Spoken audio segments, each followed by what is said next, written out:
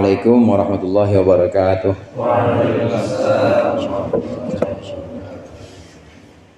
Syekhna Malik hadal kitab Al-Fatihah. Bismillahirrahmanirrahim. Alhamdulillahirabbil alamin. Ar-Rahmanirrahim. Maliki yaumiddin. Iyyaka na'budu wa iyyaka nasta'in. Ihdinas siratal mustaqim. Siratal ladzina an'amta 'alaihim ghairil maghdubi 'alaihim waladdallin. Amin.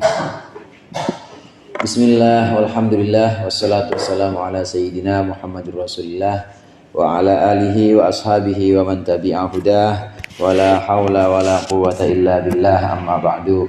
Segenap jamaah musalla al-jihad, para ustadz, para hujjah, segenap pengurus dan seluruh hadirin yang dimuliakan oleh Allah. Alhamdulillah malam hari ini kita berkumpul kembali untuk melanjutkan pengajian Sulamut Taufik. Mudah-mudahan apa yang akan kita bahas menjadi ilmu yang bermanfaat di dunia wal akhirah. Amin ya rabbal alamin.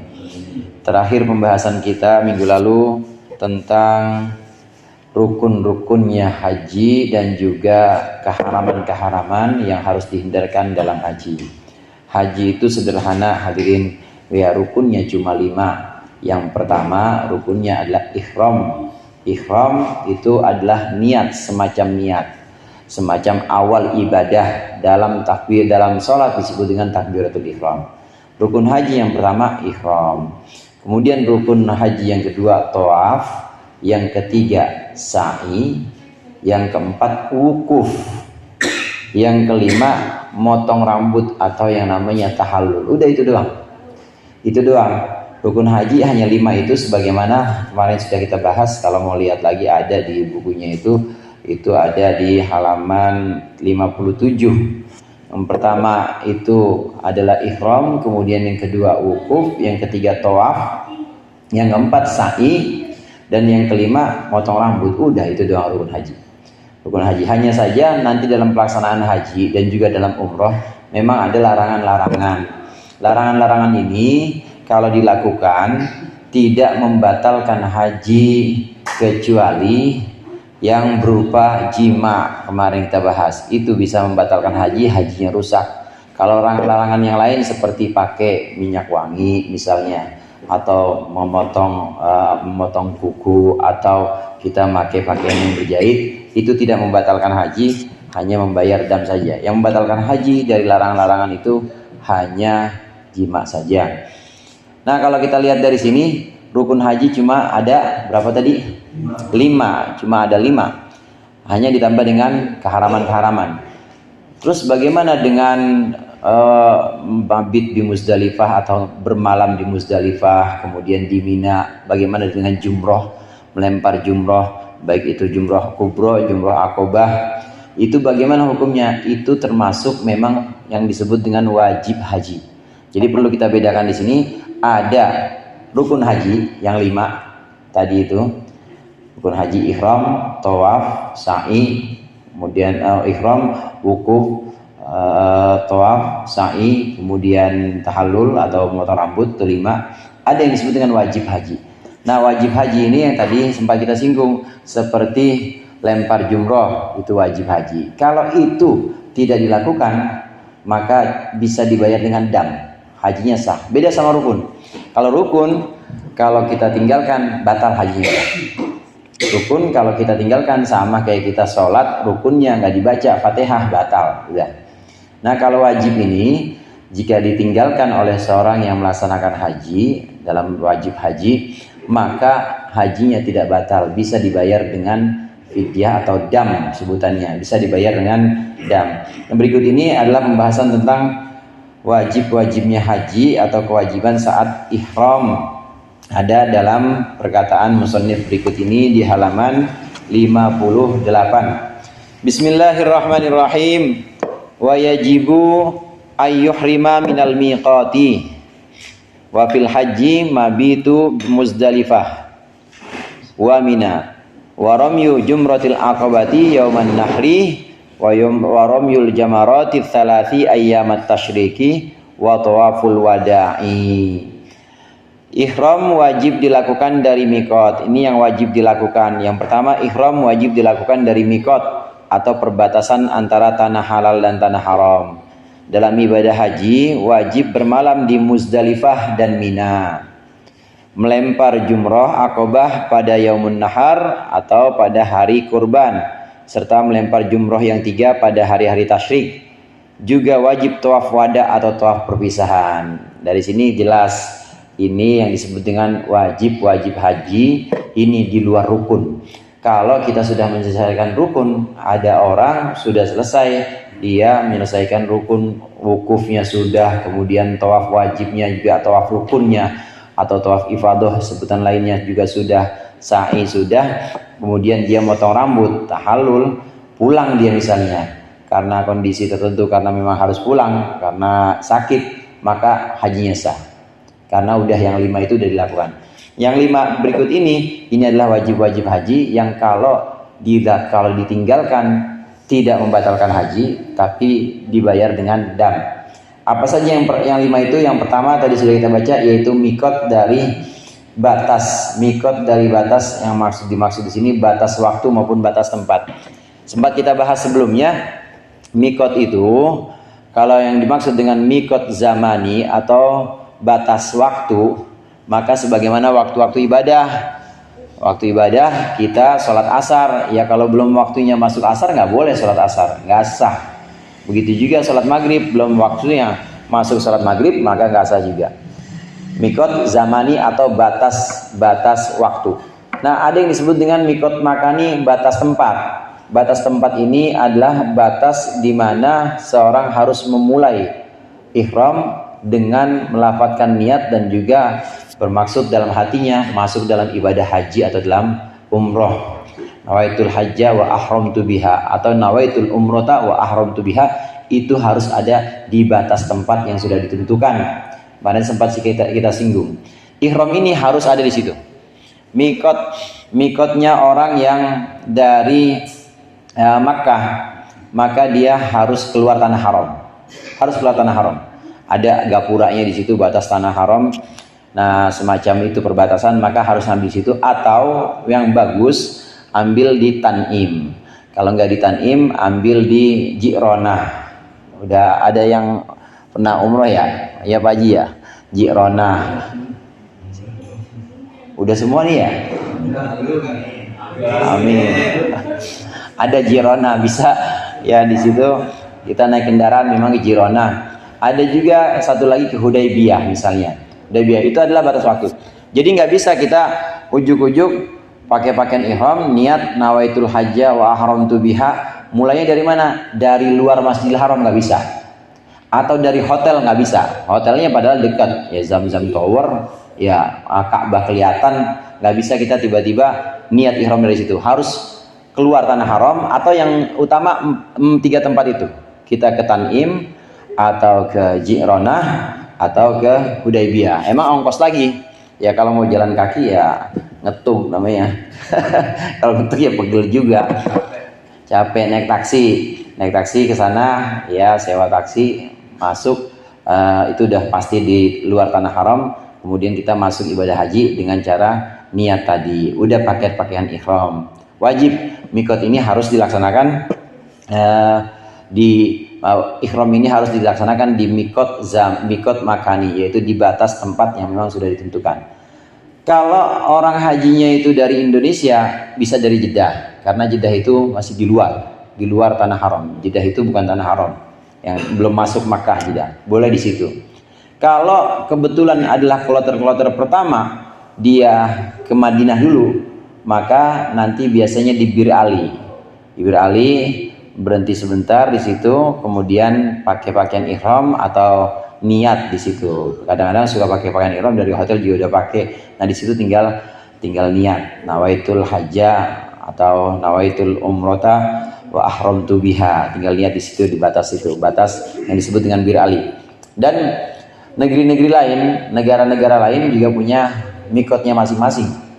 Ya, punya mikotnya masing-masing. Yang datang dari Suriah misalnya, atau Syams, dulu sebutannya Syam, itu ada mikotnya. Kemudian yang datang dari Irak itu juga ada mikotnya masing-masing. Ada batas tempat yang sudah ditentukan oleh Rasulullah SAW.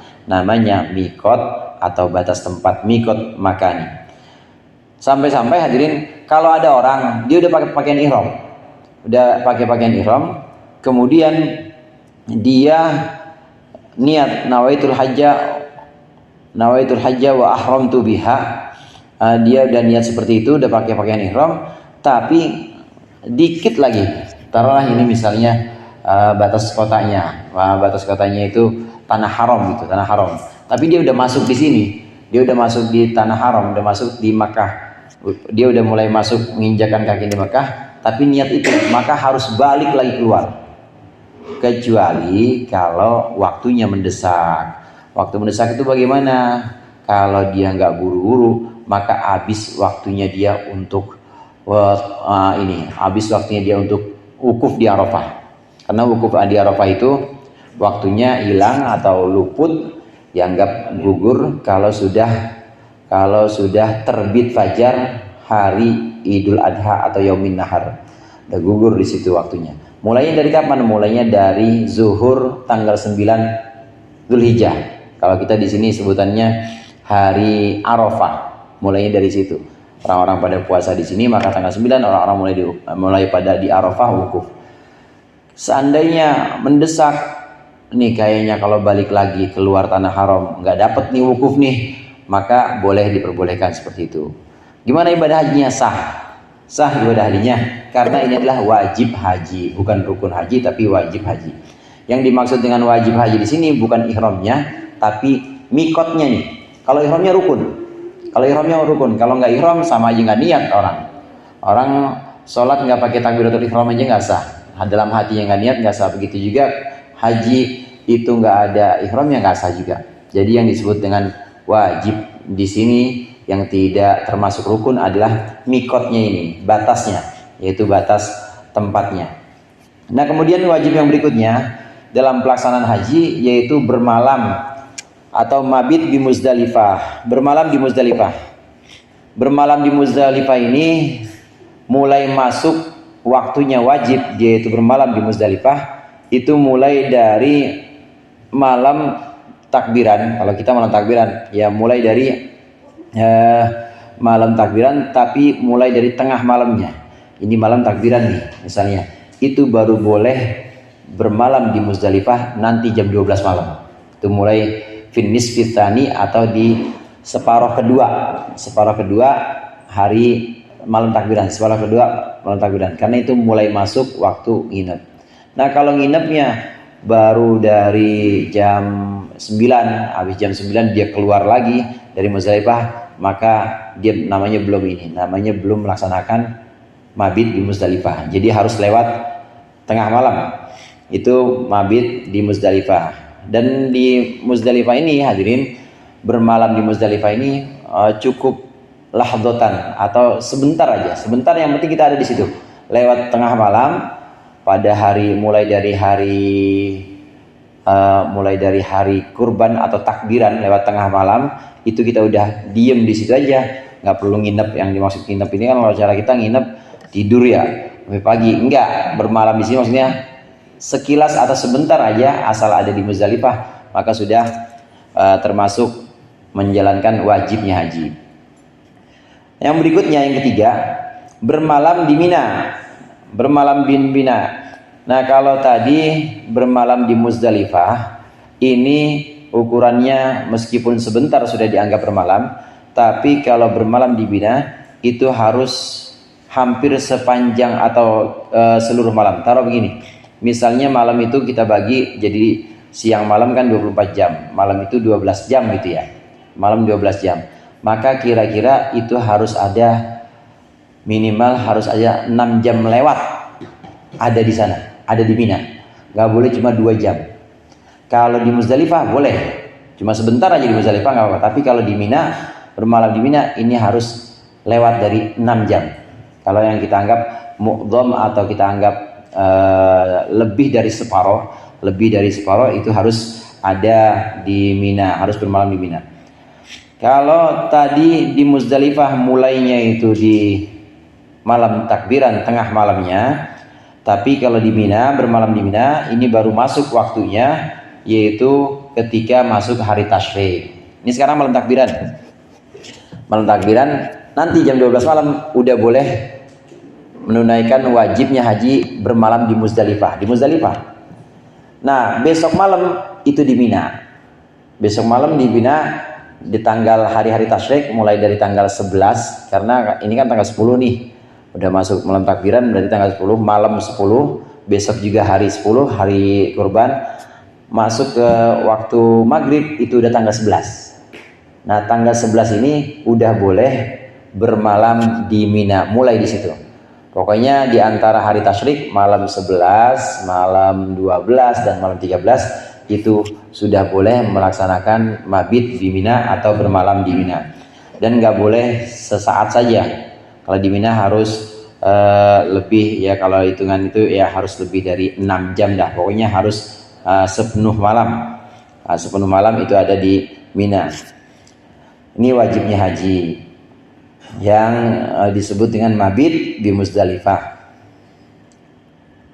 Nah, kemudian yang berikutnya termasuk wajib haji adalah lempar jumroh, yang namanya jumroh akobah. Ini yang pertama, jumroh akobah.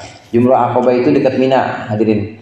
Dia dekat Mina, itu jumroh akobah. Pertama, jumroh akobah kita ini dulu, waktunya dulu. Melempar jumroh akobah ini waktunya mulai dari waktu malam Idul Adha atau malam takbiran. Itu mulai tengah malamnya itu sudah boleh melempar jumroh. Namanya jumroh yang pertama, harus diawali dengan itu, yaitu jumroh akobah dulu. Masuk malam takbiran itu sudah mulai masuk melempar jumroh, namanya jumroh akobah. Bagaimana cara melemparnya? Nanti sama, baik jumroh kubro, jumroh wusto, jumroh kubro, jumroh wusto dan juga jumroh akobah. Itu kita melempar dengan 7 kerikil. Jadi diambil 7 kerikil. Disunnahkan ngambil kerikil ketika kita di Muzdalifah. Waktu kita bermalam di Muzdalifah, cari itu batu 7, cari batu 7. Ini buat jumroh akobah. Begitu juga nanti 3 jumroh yang lain. Kalau jumroh akobah itu boleh masuk waktunya di malam takbiran tengah malam, ya.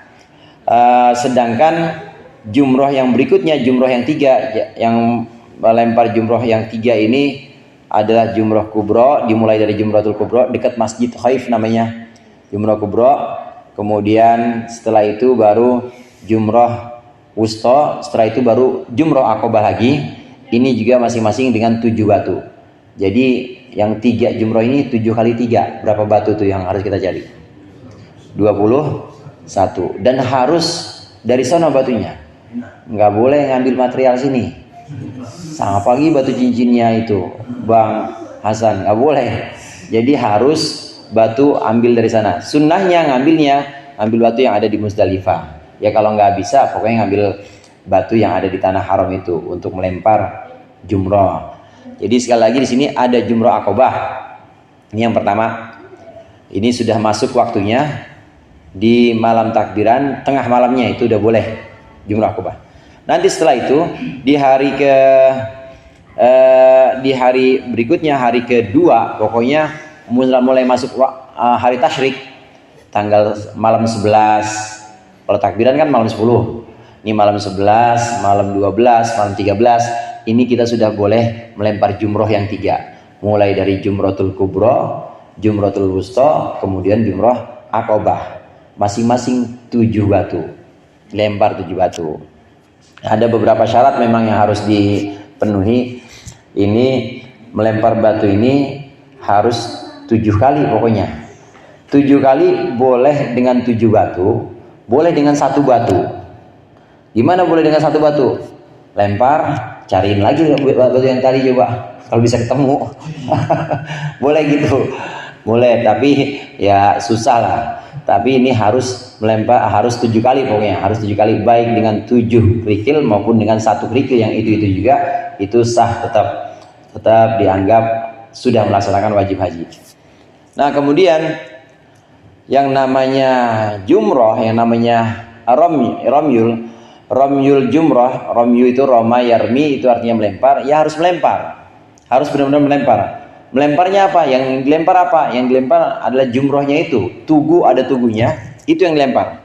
Gimana kalau orang lemparnya ke atas, tapi kebetulan kena, nggak dianggap. Jadi harus tujuannya di situ. Kalau sekarang udah gampang. Iya, terlebar terus ke bawahnya juga udah pasti kena.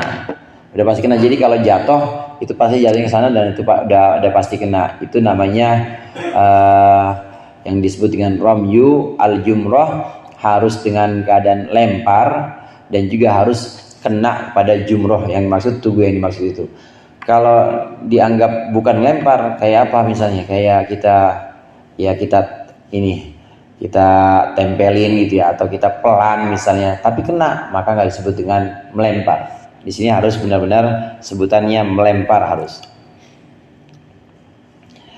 Tiga jumroh akobah. Kemudian di hari tasyriknya itu lempar 3 jumrotul kubro, jumrotul wusta, dan jumroh akobah.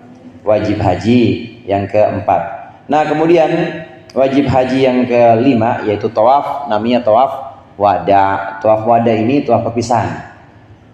Dengan demikian hadirin, ada 2 tawaf di sini. Tawaf yang pertama yang habis ihram awal, baru ihram niat kemudian langsung tawaf, ini namanya tawaf rukun. Kadang-kadang disebut dengan tawaf ifadah. Ini rukun. Kalau ini tinggalkan nggak sah hajinya. Nah satu lagi ada tawaf wada. Tawaf wada ini tidak termasuk rukun, tapi dia adalah wajib haji. Kalau tawaf wada ditinggalkan, maka hajinya tidak batal, tapi kena bayar kena bayar denda. Bahkan tawaf wada ini ada yang mengatakan ulama, tawaf wada ini hukumnya wajib, bukan hanya untuk orang yang haji, tapi orang yang memang ingin meninggalkan Mekah, ingin meninggalkan kota Mekah dengan tujuan sudah selesai ibadahnya, umroh misalnya, maka dia wajib tawaf yang namanya tawaf wada atau tawaf perpisahan. Bedanya itu aja. Kalau dalam haji ada ada denda kalau ditinggalkan, tapi kalau bukan haji maka nggak ada Tawaf wada disebut dengan wajib haji yang terakhir karena disebut juga dengan tawaf perpisahan. Inilah wajib-wajib haji. Saya ulang lagi, wajib haji 5, rukun haji 5 semuanya. Rukun haji, pembahasan kemarin itu, mulai dari awal kemarin rukun haji cuma 5-5-nya itu aja. Yang pertama ihram, kemudian wukuf, yang 3 tawaf, yang keempat sa'i, yang kelima potong rambut atau halul. Ada 5 rukun, ini wajib. Dan kalau rukun kalau ditinggalkan nggak sah. Nah sedangkan yang barusan kita bahas wajib haji. Wajib haji 5 juga. Yang pertama mikot, artinya ihramnya harus di mikot. Kemudian yang kedua bermalam baik di Muzdalifah atau Mina. Yang ketiga melempar jumroh akobah. Yang keempat melempar 3 jumroh. Dan yang kelima tawaf wada. 5 itu doang. Jadi gampang saudara. Kalau dihitung-hitung ya paling 5 hari selesai itu. Pelaksanaan haji itu cuma 5 hari. Cuma kan beda ininya yang bikin lama atau di sana itu harus berminggu-minggu bahkan lebih dari sebulan, 40 hari. Itu karena memang ini antrian, kemudian juga kita kadang-kadang juga ziarah ke Madinah ya dan lain sebagainya. Itu yang bikin perjalanan ibadah haji itu panjang. Dan memang kalau udah sampai sana jangan ngambil yang 7 hari doang atau 5 hari, banyak-banyakin ibadah. Kemudian ziarah ke Madinah dapat yang namanya arba'in. Arba'in itu 40, maksudnya 40 waktu sholat jamaah terus. Kira-kira seminggu atau 8 hari. 8 kali 5. Iya, 8 kali 5. Subuh, zuhur, asar, maghrib, isya jamaah terus sampai 8 hari. Jadi dapat 40 kali jamaah. Nah, itu banyak keutamaannya. Orang yang mendapatkan arba'in itu banyak keutamaannya jamaah di Masjid Rasulullah sallallahu alaihi wasallam. Nah, yang berikut ini masih dalam pembahasan haji, yaitu binatang-binatang yang atau hukum memburu binatang di tanah haram. Wa yahrumu saydul haramaini wa nabatiha ala muhrimin wa halalin wa tazidu makkatu biwujubil fidyati. Haram membunuh binatang buruan Makkah dan Madinah, begitu juga tumbuh-tumbuhannya, baik bagi yang ihram atau yang halal, maksudnya yang tidak ihram. Namun tambahan harus membayar fidyah bagi yang berburu mengambil tumbuh-tumbuhan di Makkah. Ini hal-hal yang dilakukan yang sifatnya haram dilakukan untuk orang-orang yang ada di Mekah, baik dia itu dalam keadaan haji, umroh, maupun tidak dalam keadaan itu, halal, artinya udah tahallul, dia udah selesai hajinya, udah selesai umrohnya, maka haram berburu binatang. Binatang-binatang yang ada di tanah haram itu dilindungi semuanya. Ya, burung dara, banyak nanti di sana burung dara tuh. Di mana aja, ya asal kalau kita dari hotel yang kira-kira ada 700 meter gitu ya, bukan hotel yang dekat Masjidil Haram, itu di jalanan burung dara cakep-cakep banget tuh. Kalau di sini kan dipiara ya, di sana mah enggak, dan nggak boleh kita buru itu, nggak boleh kita kemudian kita ambil, kita tangkap, nggak boleh. Begitu juga tumbuh-tumbuhannya juga tidak diperbolehkan untuk ditebang, kecuali untuk obat misalnya, atau untuk suatu keperluan itu diperbolehkan. Sampai rumputnya aja itu nggak boleh kita cabut, kecuali kalau kita memang terdesak untuk obat dan tidak ada yang lain lagi, maka diperbolehkan. Di sini berburu bukan hanya berburu binatang, tapi juga mencabut tanaman-tanaman yang ada di tanah haram. Hadirin jamaah rahimakumullah, ada dua tanah haram. Di sini sebutannya haramain. Dua tanah haram itu Makkah dan Madinah. Yang membuat atau yang menyebabkan Makkah menjadi tanah haram itu sejak awal Nabi Ibrahim alaihissalam. Maka Makkah disebut dengan tanah haram atau tanah yang dimuliakan. Nah, setelah itu Madinah belum. Madinah baru jadi tanah haram setelah Rasulullah hijrah.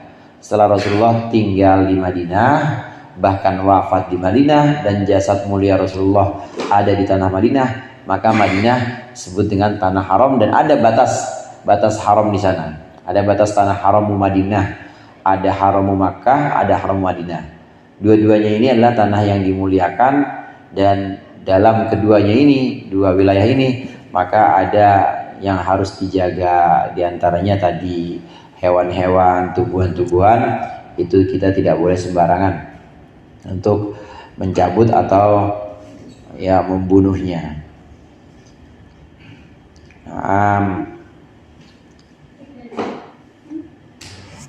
Mempelajari halal dan haram, ini sudah pembahasan baru, yaitu masuk pada ilmu atau pengetahuan tentang halal dan haram yang sifatnya wajib. Mempelajari ilmu atau thalabul ilmi, mencari ilmu, itu hukumnya fardhun ala kulli muslimin, wajib atas setiap muslim. Ilmu yang wajib itu adalah ilmul hal.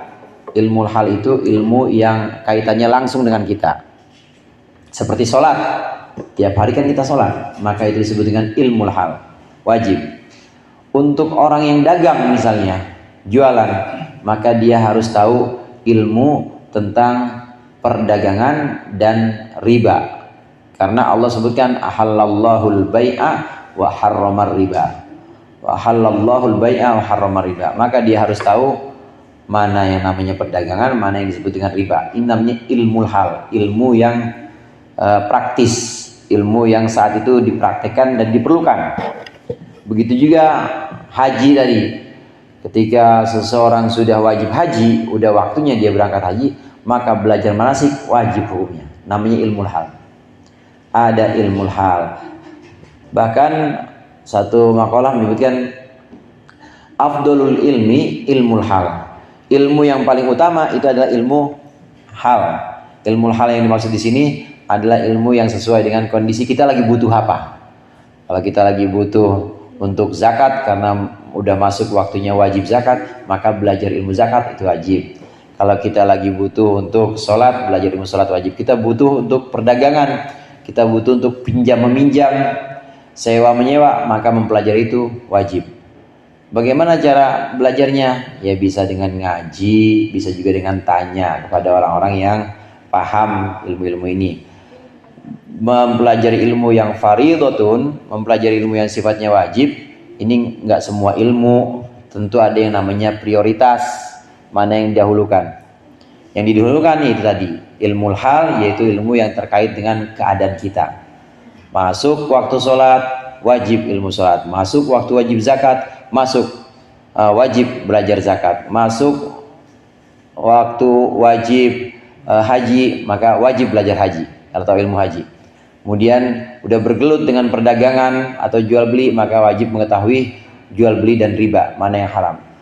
Udah mau melaksanakan pinjam meminjam, sewa menyewa, maka wajib belajar ilmu tentang sewa menyewa atau mengetahui ilmu tentang sewa menyewa.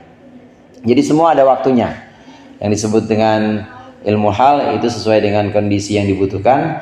Semua ada waktunya dan semua menjadi sangat wajib ketika waktunya sudah datang. Jamaah rahimakumullah, cuma ada ilmu yang sifatnya itu nggak terikat dengan waktu wajibnya kapan datangnya. Kalau sholat mualaf misalnya, mualaf dia masuk Islam jam 2:30 sore, maka yang pertama kali wajib dia pelajari wudhu sama belajar asar aja, udah sholat asar. Belajar maghrib, sholat qobliyah ba'diyah ntar dulu.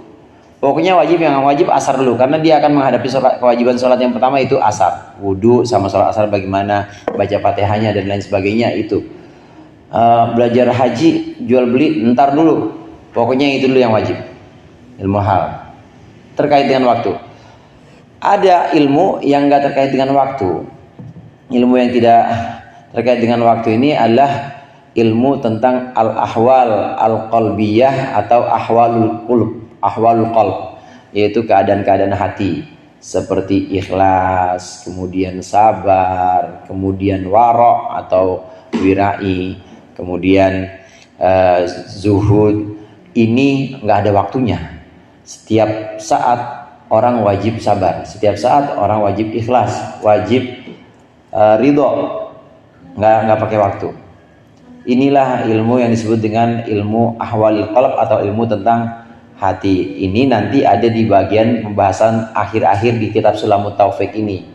Adapun di awal-awal bab termasuk yang akan kita baca ini adalah ilmu tentang al-hal, yang dimaksud adalah ilmu tentang kondisi di mana kita masuk pada posisi wajib.